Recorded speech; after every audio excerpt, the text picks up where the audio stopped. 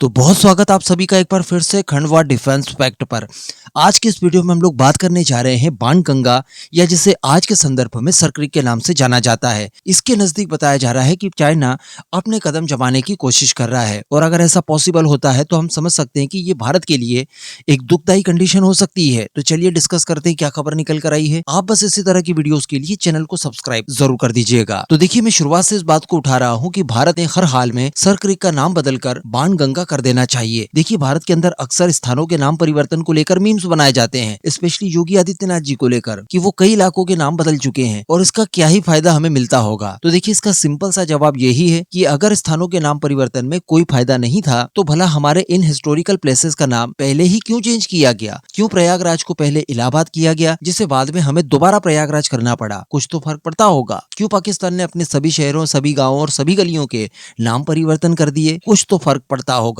क्यों चाइना अक्सर सीमा से लगते हुए क्षेत्रों के नाम परिवर्तन करते रहता है? कुछ तो फर्क पड़ता होगा। अब मुद्दा दरअसल ये है कि सरक्रिक वाला इलाका, जो कि यहाँ पर आप मैप में देख पा रहे हैं, ये बाणगंगा हुआ करता था। एक अंग्रेज अधिकारी ने यहाँ का दौरा किया था, उसी के नाम पर इस इलाके को सरक्रिक कर दिया गया। ये इलाका लगभग 96 किलोमीटर का एक दलदली इलाका है, जिस पर पाकिस्तान अपना क्लेम कर रहा है, और क्लेम इसी वजह से कर पाता है क्योंकि इसका नाम सरक्रिक है। अगर बाणगंगा होता तो ये बाय डिफॉल्ट भारत का ही क्षेत्र दिखाई देता। पाकिस्तान बाणगंगा के ऊपर अपना क्लेम कर ही नहीं सकता। तो अब दरअसल खबर निकलकर कुछ ऐसी आ रही है कि सरक्रिक वाले इलाके से लगते हुए क्षेत्र में, जो कि आप अपनी स्क्रीन पर इस समय मैप में देख रहे हैं, यहाँ पर पोर्ट कासिम नाम से पाकिस्तान का एक बंदरगाह है। इसी पर बताया जा रहा है कि पाकिस्तान और चाइना की एक नई रणनीति शुरू हो रही है, जिसके तहत बताया जा रहा है कि चाइना यहाँ पर $2.2 बिलियन का इन्वेस्टमेंट करके एक इंडस्ट्रियल कॉम्प्लेक्स बनाएगा, जिसके चलते रिपोर्ट में बताया जा रहा है कि ये लोग अपने मिलिट्री इंफ्रास्ट्रक्चर को भी बढ़ाएंगे, जिससे होगा ये कि सरक्रिक वाले इलाके के एकदम ही नजदीक चाइना की मौजूदगी आ जाएगी, और ये भारत के लिए बहुत दुखदायी होगा। अब इसके पीछे दरअसल मकसद ये चाइना का बताया जा रहा है, जो ऑफिशियल है, कि इस डील के साइन होने और काम पूरा हो जाने के बाद पाकिस्तान चाइना का जो कॉरिडोर है सीपेक, ये अपने एक अपग्रेडेड और फुल स्केल रूप में आ जाएगा। देखिए, चाइना की मंशा शुरुआत से ये थी कि हिंद महासागर को बाईपास करके सीपेक के जरिए अपना ट्रेड रूट तैयार किया जाए। यानी ये जो मैप में आप देख रहे हैं, इस इलाके को बाईपास करते हुए यहाँ से पहले पाकिस्तान पहुंचा जाए, पाकिस्तान के ग्वादर पोर्ट तक, ग्वादर पोर्ट के बाद में यहाँ तक पहुंचा जाए, और उसके बाद साउथ एशिया और सेंट्रल एशिया के देशों से जुड़ा जाए। तो इस परियोजना को पूरा करने के लिए पोर्ट कासिम चाइना के लिए हर हाल में आवश्यक होगा।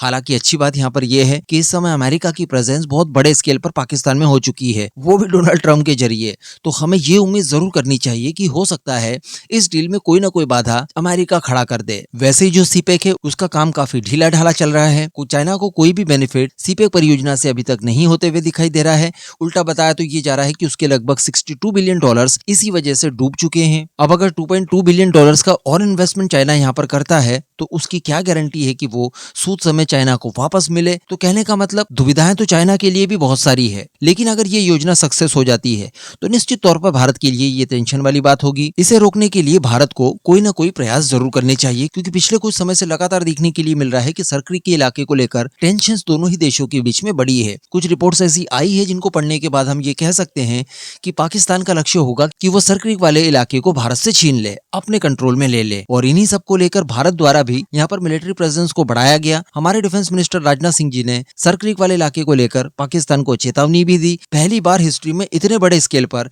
यहाँ पर युद्धाभ्यास किया गया, कुछ ही समय पहले की बात है। तो अल्टीमेटली भारत की भी तैयारी कोई कम तो नहीं है, लेकिन इसके बावजूद कहा जा सकता है कि अगर चाइना और पाकिस्तान इस नई योजना में सफल हो जाते हैं तो ये लॉन्ग टर्म में भारत को परेशान कर सकता है। इसके निदान के लिए भारत जो कुछ भी कर सकता है वो करना चाहिए।